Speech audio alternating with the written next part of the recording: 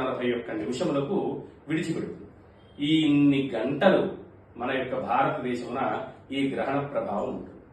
ఇది అత్యంత చాలా ఎక్కువ సమయాన్ని తీసుకోవడం జరిగింది ఈ సంవత్సరము. మరి తరచుగా గ్రహణాలు ఏర్పడుతూ ఉంటాయి, కానీ ఇన్ని గంటల వ్యవధిలో ఇన్ని గంటల పాటు గ్రహణ కాలం ఉండడం అనేటువంటిది అరుదుగా జరుగుతూ ఉంది. అప్పుడప్పుడు ఇలాంటివి జరుగుతూ ఉంటాయి. చాలా గంటల పాటు ఈ యొక్క ప్రయాణం ఉన్నది. మరి దీనివల్ల ఏం జరుగుతుంది, ఎవరికి దీనివల్ల నష్టాలు ఉంటాయి, లాభాలు ఉంటాయి అనే విషయాన్ని ఒకసారి మనం చూసినట్లయితే, ఈ గ్రహణ కాలము ప్రధానముగా శతభిష పూర్వభాద్ర నక్షత్ర సంధి కాలం ఏర్పడింది. అది మనం జాగ్రత్తగా గమనించాలి.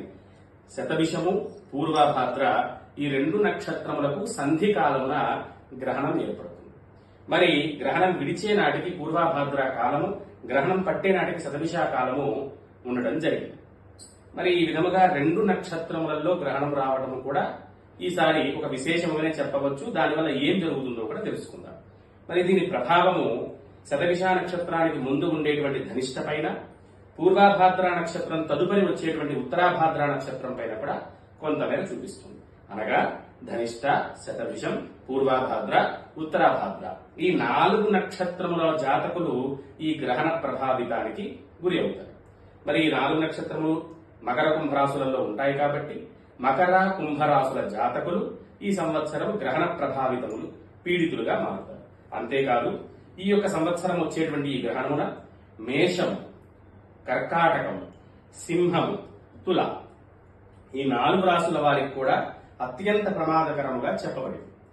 కారణము ఈ గ్రహణం ఏర్పడుగా ఉండేటువంటి సమయము, ఆ గ్రహణం ఏర్పడినటువంటి కాలము నుంచి కుంభస్థానం నుంచి మేషస్థానము, కర్కాటక స్థానము, సింహస్థానము, తులాస్థానంలో గ్రహ సంచారములు ఈ ఉన్నటువంటి గ్రహ సంచారములు నీచముగా ఉంట, పూర్తిగా చంద్రుడు బలహీనపడుతాడు. గ్రహణంలో అన్ని దేవతలు అన్ని గ్రహాలు బలహీనపడతాయి. చంద్రుడు పూర్తిగా బలహీనపడుట, అంతేకాకుండా ఇన్ని గంటల పాటు దీని ప్రభావం ఉండటం వల్ల ఈ యొక్క రాసుల జాతకులకు కూడా కొంతమేర ప్రభావం ఉంటుంది. ఇక నేను ముఖ్యమైన విషయంలోకి వస్తాను. అందరికీ ఉన్న సందేహం ఏమిటి అంటే, ఈ గ్రహణం వల్ల ఏం జరుగుతుంది? ఒకరు యుగాంతం అవుతుందంటున్నారట, ఒకరేమో ప్రపంచమే స్తంభించిపోతుందంటున్నారట, ఒకరేమో మహర్జాతకం పడుతుందంటున్నారట.